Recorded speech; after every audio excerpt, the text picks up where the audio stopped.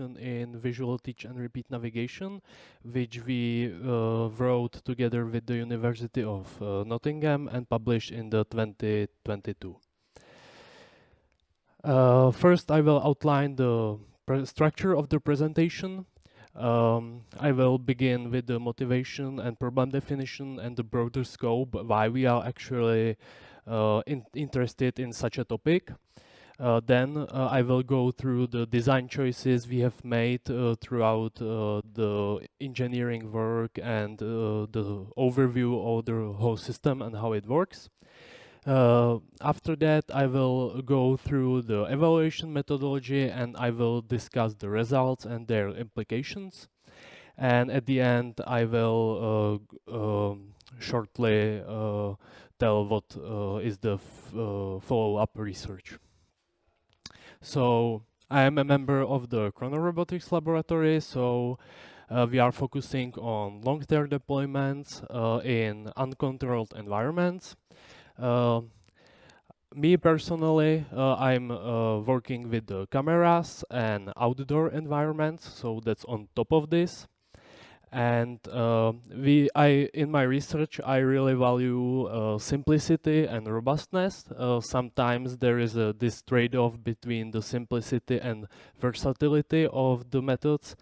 And I believe that especially in some large-scale, long-term deployment, the simplicity is invaluable. So that's why we focus on something which is called visual teach and repeat navigation. This is a very robust and popular and simple framework, but there is this trade-off where it's not as versatile as, for example, slumming methods. So to simplify and gain this like robustness and still be able to fulfill these tasks, we have to apply some assumptions about our framework. So we say that our UGV is placed on we have a mobile robot, UGV, and this mobile robot is placed on a locally planar surface. The position of the robot is close to the learned or mapped trajectory. And we have available feature matching method. So the scenario usually goes like this. You take the robot on a field, the operator takes the robot with the controller and traverses a certain trajectory. Then the robot saves all the consecutive images along this trajectory, and it gains the possibility to traverse the trajectory in the next time in the future. And it was mathematically proven that when this approach is applied, you suddenly don't need 6 degrees of freedom transformation between the map images and the live image to estimate precisely the robot position in some metric map. You can instead work in this map of images and use only the horizontal displacement between the map and the live image and adjust the heading of the robot accordingly. This will eventually steer the robot to the original trajectory, and the robot will converge and is able to fix any error which can occur along the trajectory. So, the problem. We need to align the images horizontally. Tell how many pixels I need to shift the bottom images to the right or to the left so that they are aligned and I can steer the robot to the correct trajectory which was mapped previously. This may seem like a simple problem, but we humans, we saw many scenarios, and we saw winters, summers, we saw day and nights. But for computer vision algorithms, these significant changes of the appearance of the scene can be problematic. So, what would be the standard approach? Standard approach would be to find landmarks on both images or some interest points, then find a descriptor which would be robust to changes, such as changes which can happen in the environment. And then we would try to match those descriptors onto each other and find their x-axis difference. That would be the standard approach. And we believe that we can do it like more cleverly, that we can design a neural network with a suitable inductive bias, which would be able to take as an input two images and output directly the displacement between them, between those two images. We want to have this architecture lightweight so that we can navigate the robot in the real time. So mobile robots doesn't have strong performing computers on them usually, so we need lightweight architecture. So and finally, we would like to have a training procedure, training method, which doesn't require extensive amount of human annotation. So we got inspired by these like self-supervised learning pipelines and Siamese neural networks. So here we can see the architecture itself. So let's say we have two images from same place, but in different time. We pass them through the convolutional neural network, and then we obtain their neural representation. One of these neural representations is extended by the role padding, and now comes in play this inductive bias, which we believe we were able to create. So there is this horizontal cross correlation which outputs a likelihood of all possible displacements. This is 1D vector. The cross correlation effectively tests all possible displacement and assign a likelihood to them. So the training scheme has to be slightly different, because the role paddings, as we saw on previous slides, depicted in the red color, would mess up with the gradients. So we designed this proxy task to learn the neural network, and instead of taking a whole image, we take just a cutout of one of the images.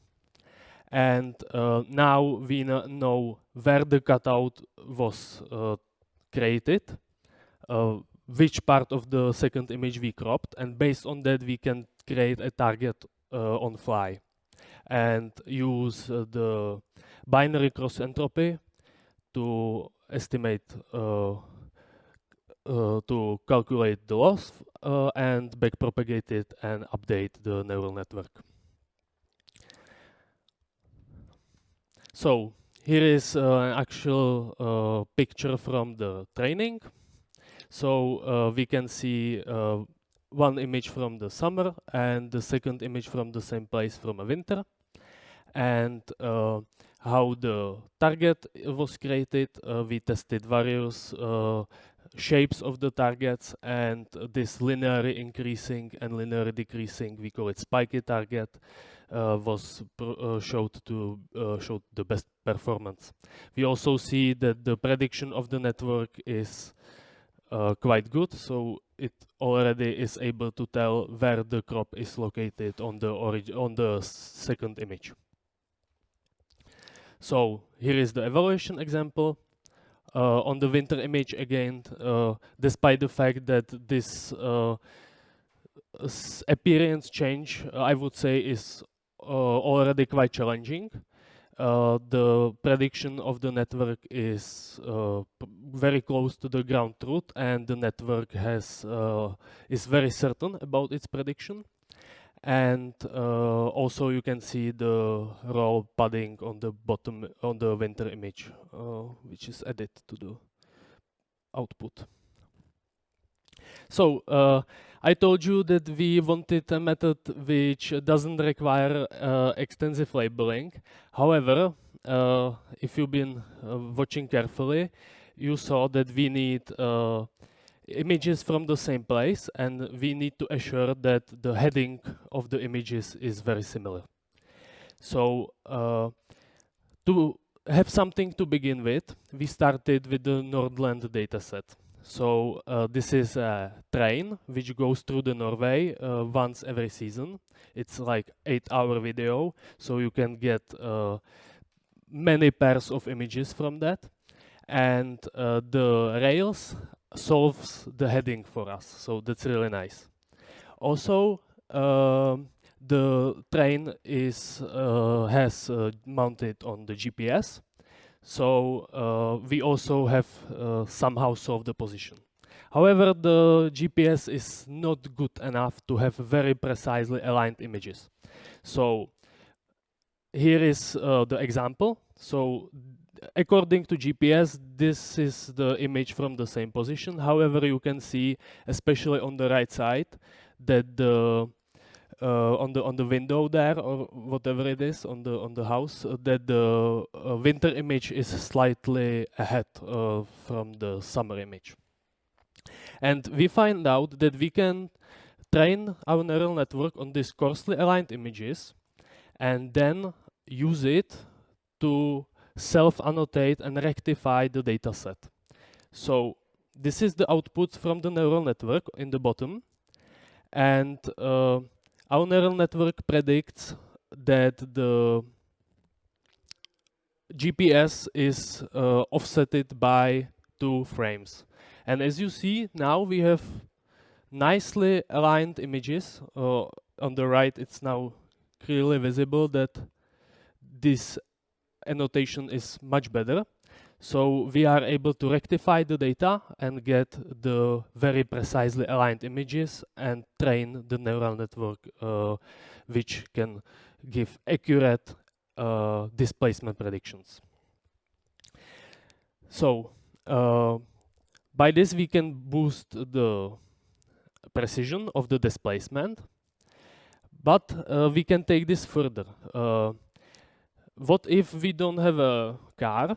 What if we don't have dataset from train, but we have a standard dataset, long-term dataset are usually made from cars? Then there are no assurances about the heading. But we found out that when we have this somehow trained network, we can still gradually improve its robustness, and we can self-annotate also in the heading dimension. So we were able to further improve the robustness by this. So evaluation, you have a training data sets, Nordland, as I said, a train and seasonal changes. Then we have UTBM, long-term data set, car, day and night. Several evaluation sets, and the evaluation set was annotated by humans, and we compared against standard feature matching methods. So as I told you, we believe that the self-annotated images, self-annotated pairs can improve the robustness, and this is how we experimentally show that.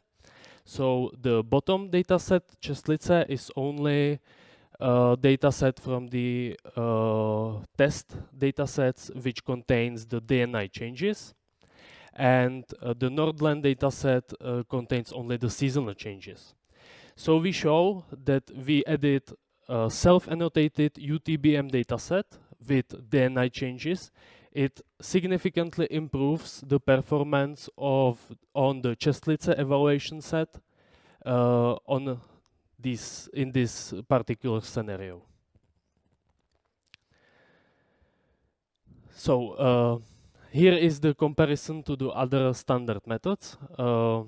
Usually, these are quite hard to follow normally for people. So this is like ROC curve. It's not ROC curve, but you should interpret it in the similar way. So more left and top your curve is, the better the performance. So on the x-axis there is error of the prediction. On the y-axis there is how many images from the data set we were able to get under this threshold. So for example, we can see that the Siamese network can get over 87% under 20 pixels error. And it is visible that we can outperform all of the standard feature matching methods. Finally, we wanted to employ this method into the navigation stack and show that it can work in the real world and it can help to navigate the actual robots. So for that we used a robot we have available in the Škoda factory. And we choose this day and night different scenario, and we mapped a trajectory, and then we put the robot at the beginning. We displaced it by the 2 meters from the trajectory, and we can see that by just estimating the displacement between live and mapped images, we can easily converge to the original trajectory. So what was our contribution? We designed neural network architecture with suitable inductive bias for visual teach and repeat navigation. We are able to outperform current feature matching methods. And I believe that this is also because usually the feature matching methods are also designed so that they are robust to viewpoint changes and other scenarios which we do not care about. So this is really about creating a method which is suited and tailored for our use case. We show that we can self-annotate the data and further improve the performance of the method. And the validity of the approach was shown in the real-world experiment. Yeah, so this is some follow-up research. I'm probably, yeah. So, yeah, we were able to further improve the visual teach and repeat navigation framework because we can now tackle the kidnapped robot problem, so it's not necessary to know the exact starting position of the robot, and we can also localize along the trajectory, so this was published. We are exploring the continual learning approach where you gather the data and so you can still improve given these data. And finally, we are working on a concept which we call visual teach and generalize, and this is currently accepted with revisions. So thank you for your attention.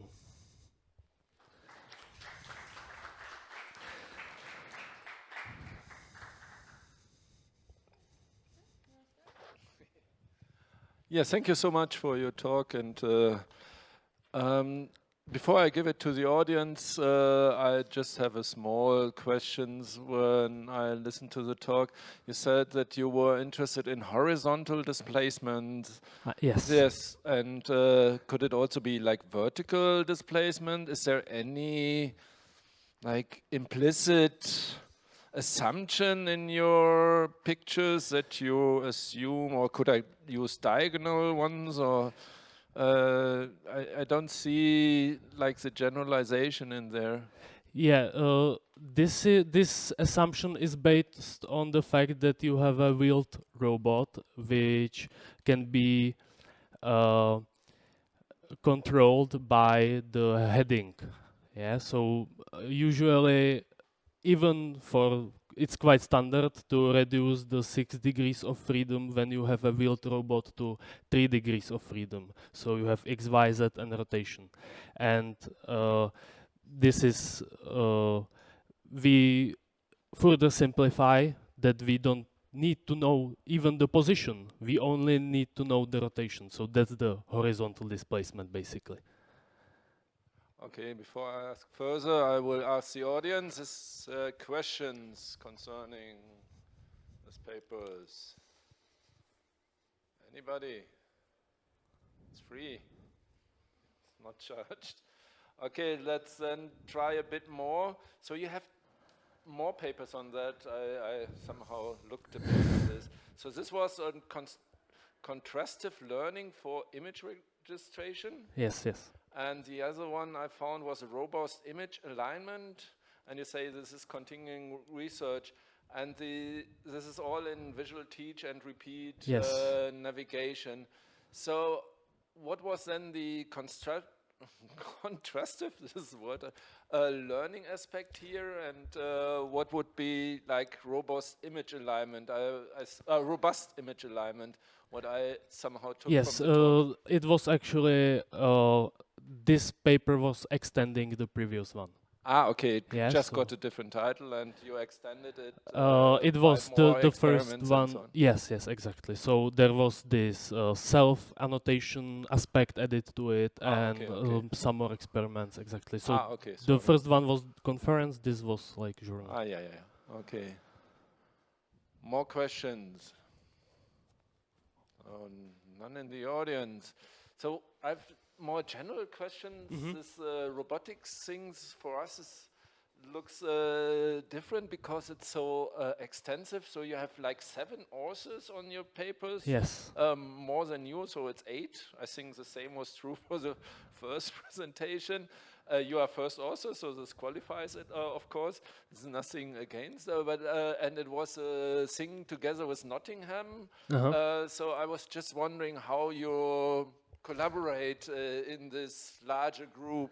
Is that somebody does the experiment, or is it mainly written by you? Or I mean, it's exactly like that, yeah. So, and with the robot experiment, it's difficult because there are, for example, people which take care of the robots. Yeah, they have to ensure that everything is working smoothly for the experiment, and this is extensive amount of work.